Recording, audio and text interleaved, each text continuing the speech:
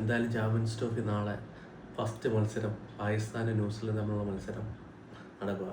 2017 ചാമ്പ്യന്മാരാണ് പാകിസ്ഥാൻ. ഇന്ത്യയെ തോൽപ്പിച്ച് 2017 ചാമ്പ്യൻസായ ടീം നാളെ ന്യൂസിലാൻഡിനെ നേരിടും.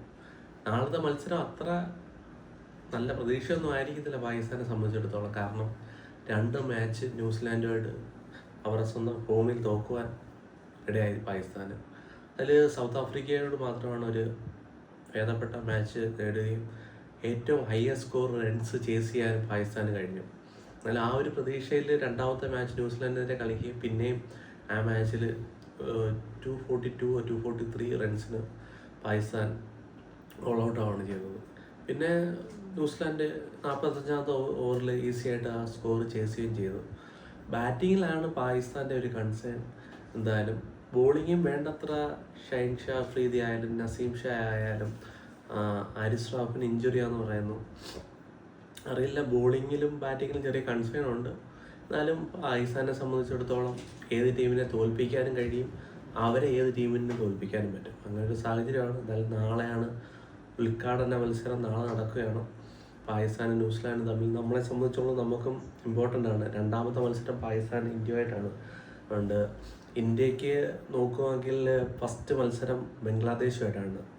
നോക്കുകയാണെങ്കിൽ ലൈറ്റ്ലി ഒരു ഈസിയസ്റ്റ് ടീമാണ്. എന്നാൽ 2007 ഇന്ത്യയെ വേൾഡ് കപ്പിൽ തോൽപ്പിച്ച ഒരു ചരിത്രവും ബംഗ്ലാദേശിനുണ്ട്.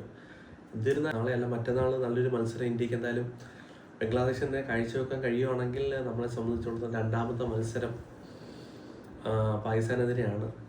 ഇച്ചിരി പ്രഷർ ഗെയിം ആയിരിക്കും.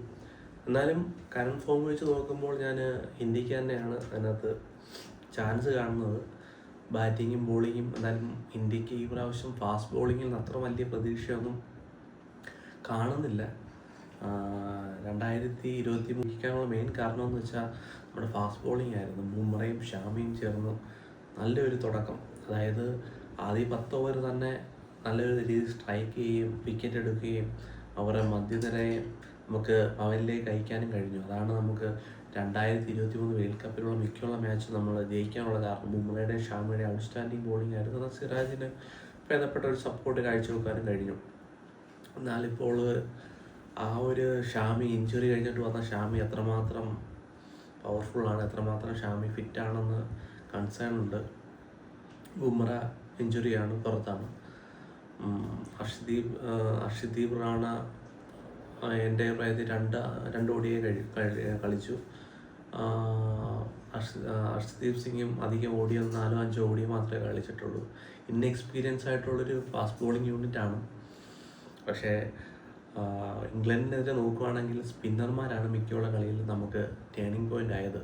എല്ലാ മത്സരവും നോക്കുകയാണെങ്കിൽ സാൾട്ടും ബെൻഡക്കറ്റും കൂടെ ചേർന്ന് നല്ല രീതിയിൽ അവർക്കൊരു ഓപ്പണിംഗ് പാർട്ണർഷിപ്പ് ഉണ്ടാക്കി കൊടുത്തു. എല്ലാ കളിയിലും 50 റണ്ണിന് എബോ, അവസാനത്തെ മത്സരത്തിൽ 90 റൺസിന് എബോ അവരൊരു ഓപ്പണിംഗ് പാർട്ണർഷിപ്പ് 10 ഓവറിനകത്ത് ഉണ്ടാക്കാൻ കഴിഞ്ഞു. എന്നാൽ സ്പിന്നർമാർ വന്ന് ബ്രേക്ക് ത്രൂ കിട്ടുവാനായിരുന്നു. അർഷദീപ് റാണയുടെ നോക്കുകയാണെങ്കിൽ ആദ്യത്തെ 10 ഓവർ അർഷദീപ് റാണയ്ക്ക് വലിയ വിക്കറ്റൊന്നും കിട്ടുന്നില്ല, നല്ല റണ്ണും വഴങ്ങുന്നുണ്ട്. എന്നാൽ 10 ഓവർ കഴിഞ്ഞ് ബോളിംഗ് പവർ പ്ലേയിലാണ് അർഷദീപ് റാണ കുറച്ചും കൂടെ ഭേദപ്പെട്ട ബോളിംഗ് കാഴ്ചവെക്കുന്നത്. അതുകൊണ്ട് ഫാസ്റ്റ് ബോളിങ്ങിൽ ഒരു ചെറിയൊരു കൺസേൺ ഉണ്ട്. എന്നാലും ഇപ്പോൾ നടന്ന ദുബായ് 2020 ലീഗിലും ഫാസ്റ്റ് ബോളിങ്ങിനായിരുന്നു ആ പിച്ച് തുണയായത്. ഫാസ്റ്റ് ബോളർമാർക്കാണ് കൂടുതൽ വിക്കറ്റ് കിട്ടാനായിട്ടായിരിക്കുന്നത്. എന്നാൽ ഇന്ത്യ 5 സ്പിന്നർമാരായിട്ട് പോകുന്നു. എന്തായാലും 3 സ്പിന്നർമാർ എനിക്ക് തോന്നുന്നു ടീമിൽ ഉറപ്പായിരിക്കും. അക്ഷർ പട്ടേൽ എന്തായാലും നമ്പർ 5 ഉറപ്പിച്ചു. കുൽദീപ് യാദവ്, രവീന്ദ്ര ജഡേജ. കുൽദീപും എൻ്റെ അഭിപ്രായത്തിൽ വരുൺ ചക്രവർത്തി തമ്മിലായിരിക്കും മത്സരം. ഗംഭീർ പറഞ്ഞൊരു പോയിന്റ് കറക്റ്റാണ്. അധികം പ്ലേയേഴ്സ് ആരും വരുൺ ചക്രവർത്തിയെ കളിച്ചിട്ടില്ല. Especially Pakistan team IPL performance ചെയ്യാത്തതുകൊണ്ട് വരുൺ ചക്രവർത്തി അവർക്ക് അറിയത്തില്ല. 2021 വേൾഡ് കപ്പിൽ അവർ കളിച്ചു എങ്കിലും ആ ഒരു വരുൺ ചക്രവർത്തി അല്ല ഇപ്പം. വരുൺ ചക്രവർത്തിക്ക് നല്ല മാറ്റമുണ്ട്. അന്ന് എനിക്ക് തോന്നുന്നു പുള്ളിയുടെ ദിവസം ആയിരിക്കത്തില്ലായിരിക്കാം. പുള്ളിക്ക് ഭേദപ്പെട്ട ഒരു ഇന്നിങ്സ് ഒന്നും വേൾഡ് കപ്പിൽ കളിക്കാൻ കഴിഞ്ഞില്ല. പുള്ളി ഡ്രോപ്പ് ഔട്ടായി. എന്നാൽ തിരിച്ചു വന്നു ബംഗ്ലാദേശിനെതിരെ 2020 സൗത്ത് ആഫ്രിക്കയിൽ പോയി ഔട്ട്സ്റ്റാൻഡിങ് ബോളിംഗ് നടത്തി. മില്ലറും കാൽസനും മാക്രോ ഒക്കെ സ്ട്രഗിൾ ചെയ്യുന്നത് കണ്ടു. ഇവിടെ വന്നപ്പോഴും ബ്രോക്ക് ആയാലും റൂട്ടായാലും എല്ലാം പുള്ളിയുടെ മുമ്പ് സ്ട്രഗിൾ ചെയ്യുന്നതായിട്ട് നമുക്ക് കാണാൻ കഴിയും. എന്നാൽ പുള്ളിക്ക് ഒരു ഭേദപ്പെട്ട സീരീസ് ആയിരിക്കും ഞാൻ വിചാരിക്കുന്നു. വരുൺ ചക്രവർത്തിക്ക് ചാൻസ് കിട്ടുവാണെങ്കിൽ ഭേദപ്പെട്ട ഒരു ഇന്നിങ്സ് വരുൺ ചക്രവർത്തിക്കും കാഴ്ചവെക്കാൻ കഴിയുമെന്ന് ഞാനും കരുതുന്നു. കുൽദീപ് യാദവിനെ ബംഗ്ലാദേശുമായിട്ടുള്ള മത്സരത്തിൽ കുൽദീപ് യാദവ് മതിയായിരിക്കും. പാകിസ്ഥാനെതിരെ ന്യൂസിലാൻഡിനെതിരെയുള്ള മത്സരത്തിൽ വരുൺ ചക്രവർത്തിക്ക് ഇച്ചിരി കൊണ്ട് ഞാൻ അഡ്വാൻറ്റേജ് കൊടുക്കുന്നു. വരുൺ ചക്രവർത്തി ടീമിൽ ഉണ്ടായെങ്കിൽ ഇച്ചിരി കൊണ്ട് നല്ലതായിരിക്കുമെന്നാണ് എൻ്റെ വ്യക്തിപരമായ താല്പര്യം.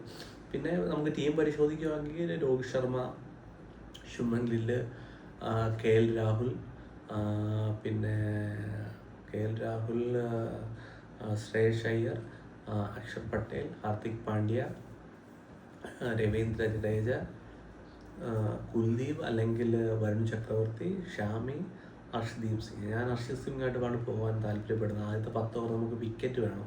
അത് കഴിഞ്ഞ് 10 ഓവർ പിന്നുള്ള 20-30 ഓവർ സ്പിന്നർമാരെന്തായാലും അധികം റണ്ണൊന്നും കൊടുക്കത്തില്ലെന്ന് തന്നെയാണ് കഴിയുന്നത്. ഏത് പിച്ചാണെങ്കിലും നമ്മുടെ സ്പിന്നർമാർ ലോകോത്തര നിലവാരമുള്ള സ്പിന്നർമാരാണ്. നമുക്ക് വിക്കറ്റ് കിട്ടും. വലിയ സ്കോറിലേക്കൊന്നും നമുക്ക് നമ്മുടെ ദിവസം അല്ലെങ്കിൽ മാത്രമേ ഉള്ളൂ വലിയൊരു സ്കോറിലേക്ക് പോകുക. അല്ലെങ്കിൽ നമ്മുടെ സ്പിന്നർമാരും ഇപ്പോഴത്തെ ഈ ബോളിംഗ് നിരയും വെച്ച് നമുക്ക് ഭേദപ്പെട്ട ഒരു നിരയിൽ ഒരു 250-260 നമുക്ക് ടീമിനെ കൺട്രോൾ ചെയ്യാൻ കഴിയുമെന്നാണ് ഞാൻ പൂർണ്ണമായിട്ട് പ്രതീക്ഷിക്കുന്നത്. എന്നാൽ ബംഗ്ലാദേശിനെ നോക്കുകയാണെങ്കിൽ ബംഗ്ലാദേശ് ഇനി കറുത്ത കുതിരകളാകുമെന്നാണ് സംശയം. ഇപ്പോൾ നമ്മൾ നോക്കുകയാണെങ്കിൽ വെസ്റ്റ് ഇൻഡീസ് ഇപ്പോൾ 2 മത്സരത്തിൽ 2 വെസ്റ്റ് ഇൻഡീസിനെ തോൽപ്പിച്ചു. എന്നാൽ വെസ്റ്റ് ഇൻഡീസും അത്ര ഓടിയിൽ നോക്കുമെങ്കിൽ അത്ര വലിയ ടീമൊന്നുമല്ല. അവർ സ്പെഷ്യലൈസ് ചെയ്യുന്നത് 2020 ആണ് കൂടുതലായിട്ട് അവരുടെ പ്ലേയേഴ്സ് കൂടുതലായിട്ട് കളിക്കുന്നത്. 2020 2 വേൾഡ് കപ്പ് ചാമ്പ്യന്മാരുമാണ് 2020. അതുകൊണ്ട് ബംഗ്ലാദേശിൻ്റെ ഷാൻഡോ ആയിരിക്കും ക്യാപ്റ്റൻ. അത് കഴിഞ്ഞ് സൗമ്യ സർക്കാർ കാണും ടീമിൽ. മുഹമ്മദുള്ള ഉണ്ട്, റഹീമുണ്ട്, പിന്നെ തൻസിൻ അഹമ്മദുണ്ട്, പിന്നെ റാണയുണ്ട്. എന്നാലും അവർ ഭേദപ്പെട്ട ഒരു നിരയാണ്. വലിയ രീതിയിലുള്ള ചലഞ്ചിങ് ഒന്നും കൊടുക്കത്തില്ലെന്ന് വിചാരിക്കുന്നു. എന്നാലും ടീം പരിശോധിക്കുകയാണെങ്കിൽ ബംഗ്ലാദേശിൻ്റെ ടീം പരിശോധിക്കുകയാണെങ്കിൽ നജീം ഹുസൈൻ ഷാൻഡോ ഉണ്ട്, പിന്നെ സൗമ്യ സർക്കാരുണ്ട്, തൻസീദ് ഹസനുണ്ട്, പിന്നെ നോക്കുകയാണെങ്കിൽ മുഷ്കിഫിർ റഹീമുണ്ട്, മുഹമ്മദുള്ള, ജാക്കർ അലി നല്ല സീരീസ് ആയിരുന്നു. വെസ്റ്റ് ഇൻഡീസിൽ നല്ലൊരു മത്സരം കാഴ്ചവെക്കാൻ കഴിഞ്ഞു. എന്നാൽ 2020 ഇന്ത്യയായിട്ട് നടന്ന 2020 വലിയ പെർഫോമൻസ് കാഴ്ചവെക്കാൻ കഴിഞ്ഞില്ല. റാഷിദ് ഹുസൈനുണ്ട്. റാഷിദ് ഹുസൈനെ അറിയാലോ, സഞ്ജു 5 സിക്സ് അടിച്ച സ്പിൻ ബോളറാണ്. റാഷിദ് ഹുസൈനും അവരുടെ സ്പിൻ നോക്കുകയാണെങ്കിൽ മെഹദി ഹസൻ മിറാസും ആയിരിക്കും സ്പിന്ന് ചിലപ്പോൾ. പിന്നെ അവർക്ക് ഉള്ളതെന്ന് പറഞ്ഞാൽ പിന്നെ അവർക്ക് സ്പിൻ ബോളർമാർ, പിന്നെ മുഹമ്മദുള്ള പാർട്ട് ടൈം ബോളറായിട്ട് ബോൾ ചെയ്യാൻ കഴിയും. മെയിനായിട്ട് അവരുടെ 4-5 പ്ലെയർ ഇതായിരിക്കാം ടീം ഫൈനൽ 11-ൽ. ഷാൻഡോ കാണുമായിരിക്കും, സൗമ്യ സർക്കാർ കാണുമായിരിക്കും, തൻസിൻ ഹസൻ ഉണ്ടായിരിക്കും, പിന്നെ റഹീം കാണും, മുഹമ്മദുള്ള കാണുമായിരിക്കും, നഹദി റാണ കാണുമായിരിക്കാം, തൻസിൻ അഹമ്മദ് കാണുമായിരിക്കാം, പിന്നെ അവരുടെ main Mehidy Hasan Miraz next captain ആയിരിക്കാം.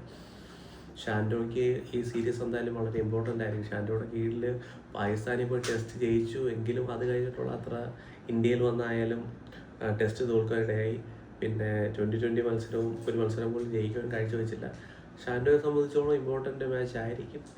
അവിടെ ബാറ്റിംഗ് നോക്കുവാണെങ്കിൽ ഷാൻഡോയും മുഹമ്മദുള്ളയും മുഷ്കിഫിർ റഹീമും ആയിരിക്കും അവരുടെ മെയിൻ ബാറ്റ്സ്മാൻമാർ. ഇവരുടെ വിക്കറ്റ് എടുക്കുവാൻ കഴിയുവാണെങ്കിൽ സുഖമായിട്ട് നമുക്ക് ഒരു ചലഞ്ചിങ് കൂടാതെ ബംഗ്ലാദേശിനെ തോൽപ്പിക്കാൻ കഴിയും. എന്ത് തന്നെ ആയാലും നമുക്ക് ബംഗ്ലാദേശിനെ തോൽപ്പിച്ച് കഴിയുമെങ്കിൽ നമുക്ക് പോയിന്റ് ടേബിളിൽ നമുക്ക് മുമ്പിൽ പോകാൻ നല്ല റൺ റേറ്റിൽ അവരെ തോൽപ്പിക്കാൻ കഴിഞ്ഞാൽ നമുക്കത് പോയിന്റ് ടേബിളിൽ റിഫ്ലക്റ്റ് ചെയ്യും.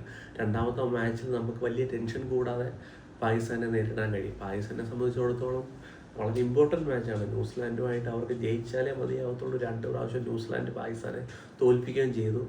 എന്ത് തന്നെ ആയിരുന്നാലും 20-ാം തീയതി നല്ലൊരു മത്സരം കാഴ്ചവെക്കാൻ ഇന്ത്യക്ക് കഴിയട്ടെ. നാളെ നടക്കുന്ന മത്സരവും നമ്മളെ സംബന്ധിച്ച് വളരെ ഇമ്പോർട്ടൻ്റ് ആണ്. ന്യൂസിലാൻഡ് പാകിസ്ഥാനെ തോൽപ്പിക്കട്ടെ. ആ ടെൻഷനുമായിട്ട് 23-ാം തീയതി പാകിസ്ഥാൻ ഇന്ത്യക്കെതിരെ കളിക്കട്ടെ. ഈ പ്രാവശ്യം തന്നെ നമുക്ക് സെമിയിലേക്ക് കടക്കാൻ ഇടയാവട്ടെ. എല്ലാവിധ ആശംസകളും ഇന്ത്യൻ ടീമിന് നേരുന്നു.